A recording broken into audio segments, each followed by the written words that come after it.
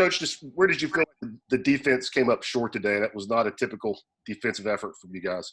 I think one-on-one defense, I think that normally when we do a good job of guarding sets, but we just did not do a very good job with our one-on-one defense, which we don't ever want to leave someone in an island by themselves to do that. I didn't think we did a great job getting into our gaps to help.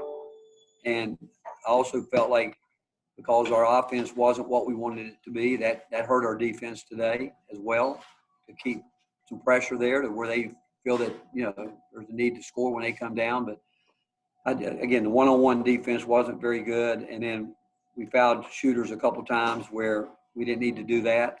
And but I just didn't feel like even from I don't quite get it. In fact, I didn't think we listened today. I don't think our team, the young guys are learning, obviously, and you guys know that one game that you play is not going to be the same the next game or maybe the game after that.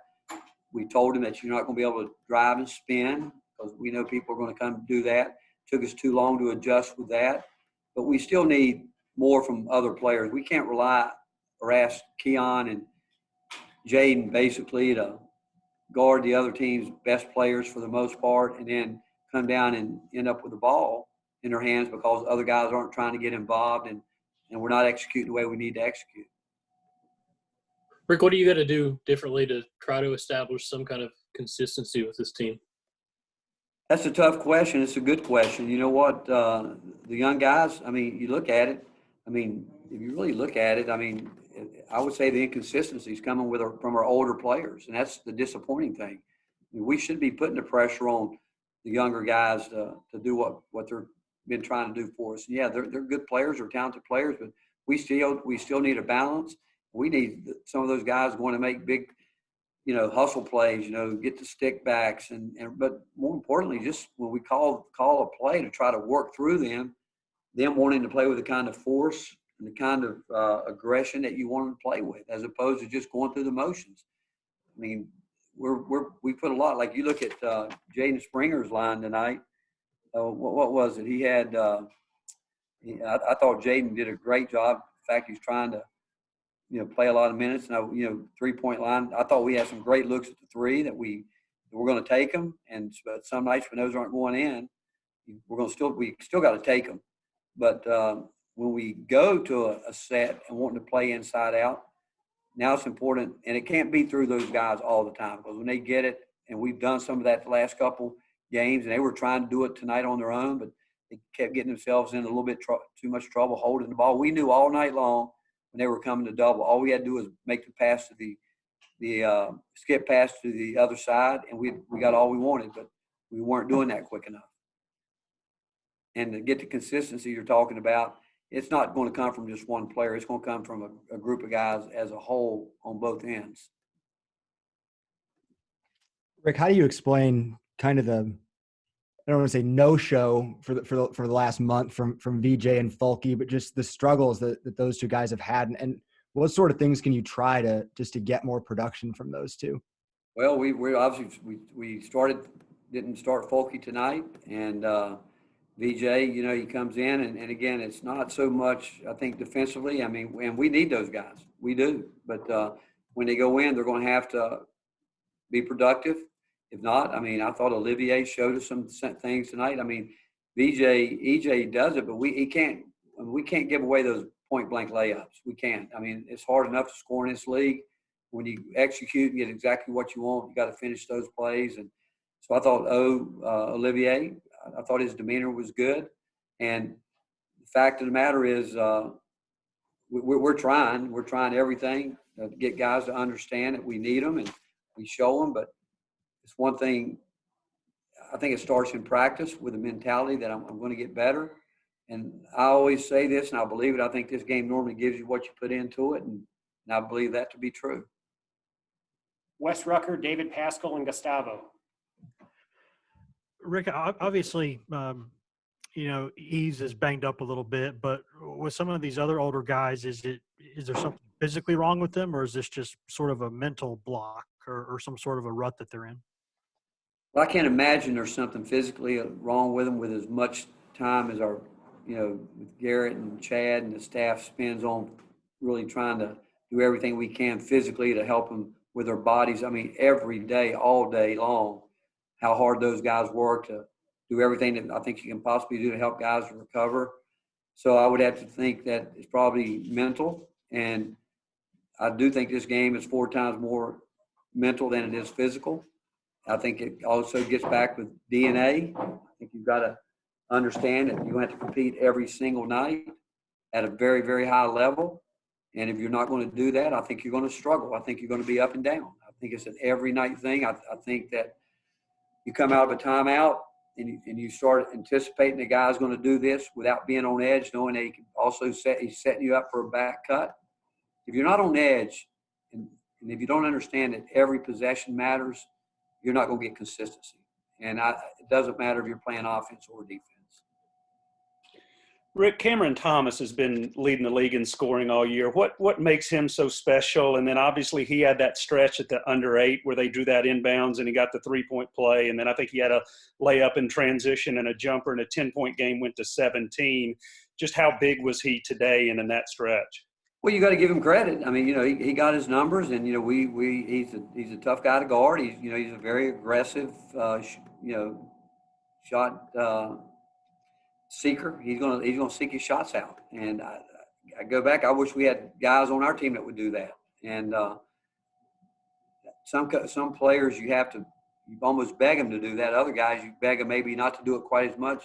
So you got to give him credit for his that's in his DNA. He's an offensive, aggressive player that has a variety of things he does. He's got his little step back. He's a terrific free throw shooter if he gets fouled. And so I think you got to give him credit. And they put him in positions where they think he can be most effective. And but he's looking to be aggressive offensively, and which I think you look at our freshmen. I don't think our freshmen are much different. Maybe not to that high level in terms of wanting to just score, but he wants to go get buckets, and I think that's paramount in his mind, and that's what he's going to do. Rick, what kind of issues do you saw from this game that were kind of like similar to your last loss on the road versus Ole Miss?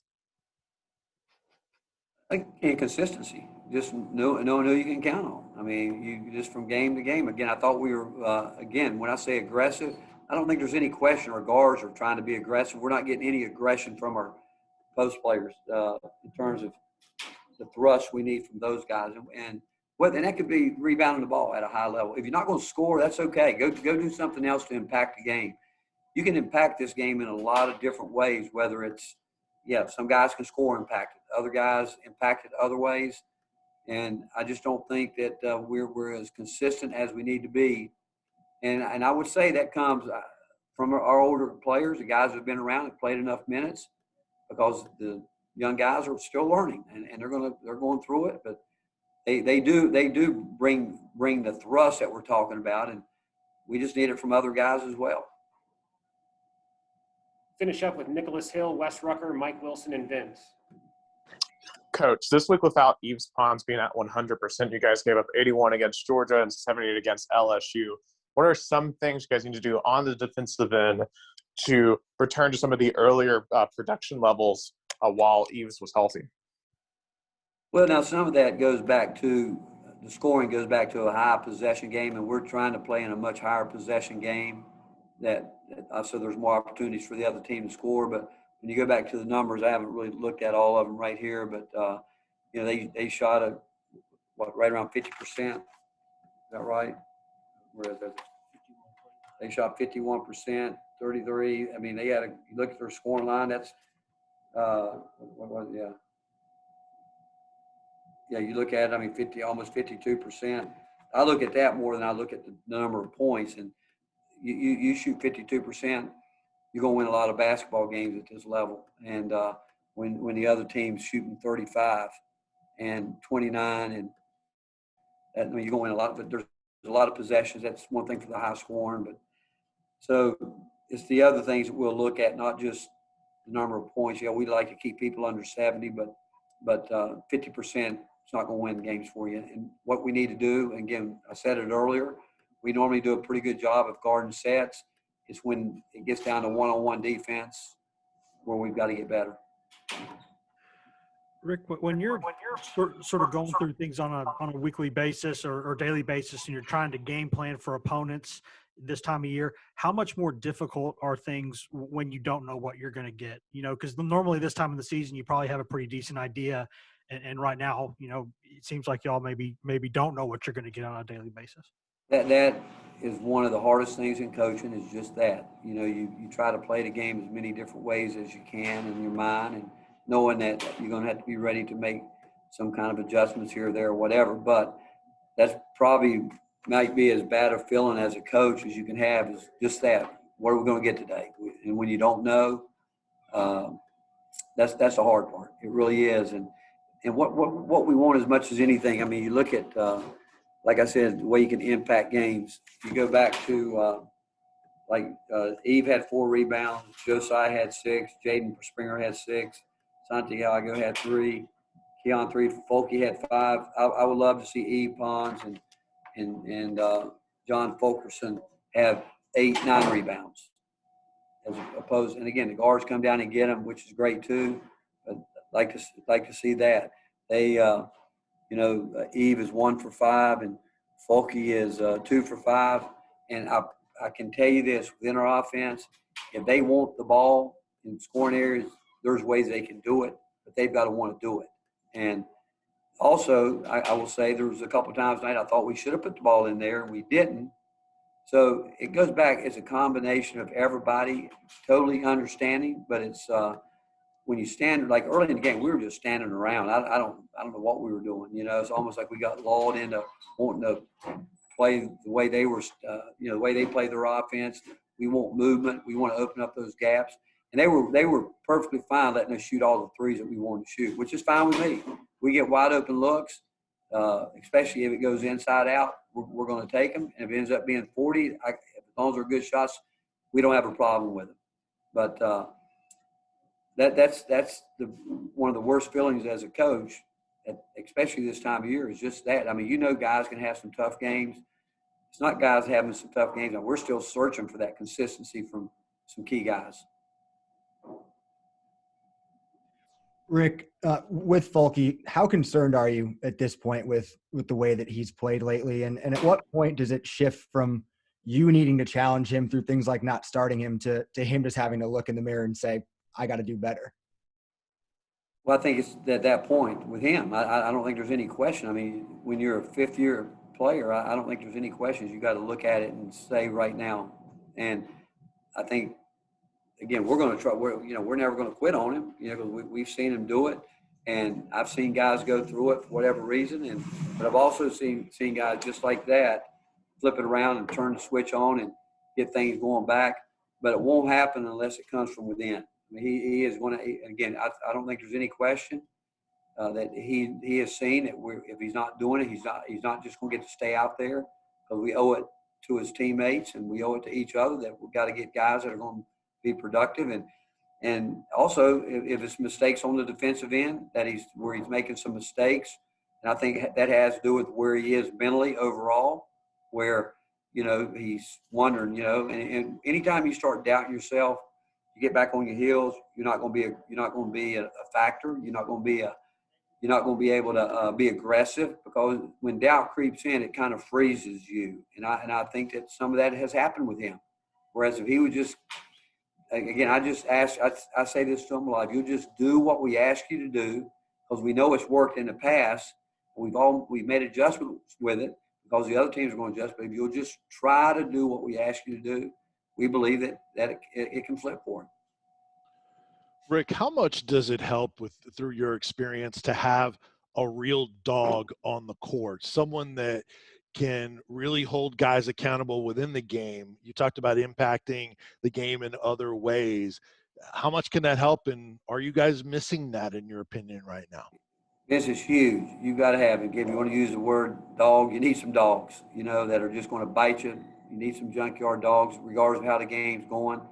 They're going to bite. They're not going to bark. They're going to bite. And there's a lot of people that bark but with no bite. But you need those dogs if you got them. And where it's just like you said, it can't always be coaches. It's got to be. It's a player's game. It always has been. It always will be. But we need more of that. We talk about it. I can tell you this: we need more of it, and we don't really care who does it. We just need more of it. Thank you, Coach. Thank you, guys.